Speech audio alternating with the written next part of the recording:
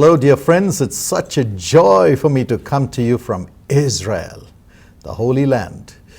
But as I've been talking to several leaders in this country, I have also come to learn that it's a hope-giving land. Isn't that fantastic? Yes, indeed. Israel has been a place after God's own heart. And today we talk to leaders in this country who tell us why.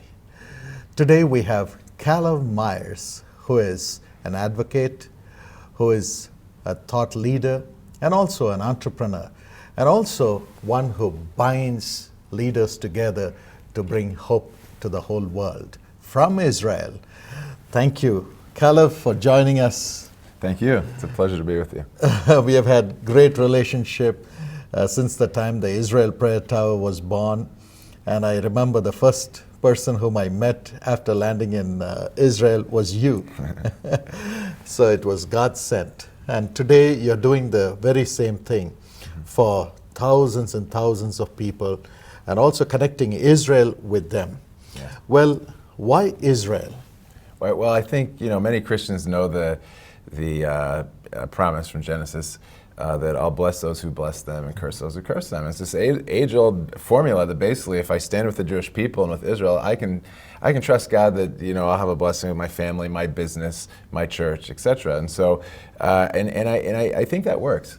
It seems like the two strongest growing movements around the world are evangelical Christianity, which is standing and supporting Israel by and large, and then this new emergence, exciting emergence of the Jewish state in the land of Israel again. And that partnership between these two movements is really powerful. But then there's also a voice around the world which says boycott Israel. Yeah.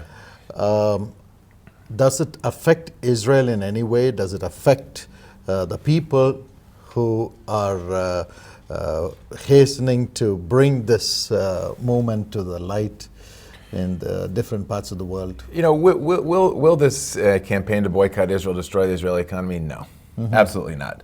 But it's still wrong morally, because it's anti-Israeli, anti-Semitic, and anti-Palestinian. Obviously it wants to hurt the Israeli economy. It's anti-Semitic because it's basic Nazi policy. I mean, this is what Adolf Hitler did in 1930, was to declare a boycott on Jewish businesses.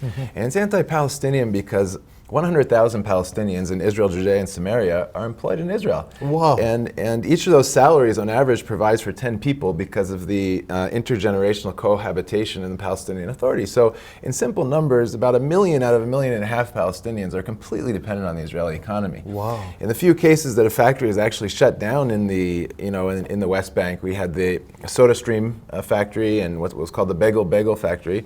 It shut down because of the boycott pressure, moved into undisputed Israeli territory, and the only people who lost their jobs were the Palestinians. So I really believe that when you have a conflict zone like this, what you should do is come and invest in the economy, especially in that very precious collaboration between Israelis and Palestinians, which is where peaceful coexistence is taking place today. So the boycott movement isn't about helping the Palestinians, really. It's just anti-Semitism, classic anti-Semitism about delegitimizing and harming Israel. Wow, the world doesn't know that so many Palestinians are getting benefited by Israel. Yes. And the world, when it invests in Israel, is going to help the Palestinians. Absolutely. If we take just the disputed territories, the West Bank, there are 30,000 Palestinians employed in Jewish-owned businesses in the West Bank, and those provide on average $300 million into the Palestinian economy every year. And the Palestinians who then work in Israel proper, when they pay income tax, Israel transfers 75% of those taxes back into the Palestinian Authority to support the budget of the Palestinian Authority. So this issue of economic collaboration, coexistence, is really where peaceful coexistence is taking place today. And I think we need to do everything we can to support that rather than trying to harm it through boycott. Yeah. So it's not just the government, it's the Israeli businessmen and women also who take care of the Palestinians, giving them jobs. So it's the whole community of Israel. That's right. They're not against them. That's right. But they are giving them life. 100%. Isn't that fantastic? And those people should be really grateful. They are, yes, and I think they are grateful, and I think if you say from a Christian perspective, okay, we have this command or this blessing to be peacemakers. Blessed are the peacemakers. Okay, so and I think that's blessed are the peacemakers, probably one of the greatest challenges of the Christian church moving into the 21st century. So how do we do that? Right? And I think that Israel could be a really good example or test case for using the economy, using business to advance peace. In and of itself, advancing peace is important. Wow. Among all the other wonderful reasons of connecting the Israeli economy, your prime minister understands the value of India buying Israeli technology. Benjamin Netanyahu wisely said, the one reason that diplomats around the world want to do business with Israel, he said there are three reasons: technology, technology, technology.